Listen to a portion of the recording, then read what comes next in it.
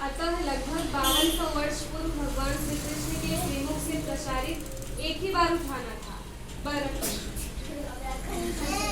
प्रसारित गीता ही मानव मात्र का धर्मशास्त्र क्या है? 5200 वर्ष पूर्व जो गीता बोला गया था वही हमारा धर्मशास्त्र है। हमारा धर्मशास्त्र क्या है? गीता। आदि शास्त्र क्या है? गीता। किसने लिखा है? कहाँ से लिया गया है गीता को? महाभारत से। गीता में कितने श्लोक? 700 श्लोक। 700 श्लोक। कितने लेसन है? 18 अध्याय है। ये जो पढ़ रही हूँ ये 700 की संख्या में है, ठीक है? जैसे ये 10 या 11 चैप्टर का है।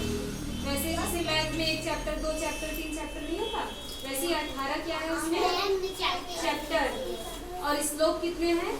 700। समझ में आ गया? देखो, क्योंकि आज के प्रचलित सभी मजहब पंथ एवं संप्रदाय श्री कृष्ण कालीन में नहीं थे। उनके हजारों वर्षों पश्चात जिन महापुरुषों ने एक ईश्वर को सत्य बताया वे सभी गीता के ही संदेश वाहक हैं। संसार के सभी महापुरुष एक ही हैं। वैदिक काल में महर्षिगण भगवान श्री राम एवं श्री कृष्ण तथा महर्षि मूसा, महात्मा जरत्सुर। अब यहाँ पे देखोगे ढेर सारे नाम हैं। अपने अपने धर्म के अलग अलग धर्म के होंगे, तो सब लोग ने सत्य को खोजा होगा। तो सत्य का मतलब ही क्या है? एक ईश्वर की खोज, ठीक है? तो सब ने ही समर्पण किसके प्रति किया है? सत्य के प्रति। महापुरुषों ने गीता के एक ईश्वरवाद संदेश को ही अपने अपने देश काल की भाषाओं में समझाया है।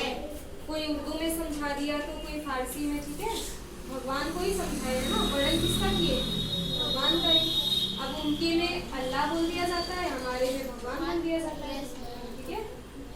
और उस ईश्वर को ब्रह्मा, परमात्मा, आत्मा, अहुर, मज्जदा, गॉड, खुदा, अल्लाह आदि क्या है? पर्यायवाची नामों से संबोधित किया जाता है। सत्य की यही प्रतिध्वनि चारों वेद, उपनिषद, रामायण, अवेस्ता, जैन साहित्य, बौद्ध साहित्य और महापरिनिर्बुद्धता में क्या है? बाइबिल, कुरान, श्री रामचरितमानस, कबीर वाणी, साखी धार्मिक ग्रंथों में है, जो कि गीता के विविध भाषा शैली में विस्तार है। इसलिए भारत क्या कहलाता है? विश्व गुरु। तो भारत विश्व गुरु किस लिए कहलाता है? क्योंकि यहाँ पर ढेर सारे क्या है? ग्रंथ हैं। और जो ग्रंथ यहाँ पर लिखे गए हैं वो किसी और देश में लिखे भी नहीं गए, ठीक है? तो जिनको पढ़ना होता है वो यहाँ आके पढ़ते हैं, एडमिशन लेके कॉलेज में पढ़ते हैं। मुझे संस्कृत सीखनी है और संस्कृत को क्या करना है? समझना है, ठीक है?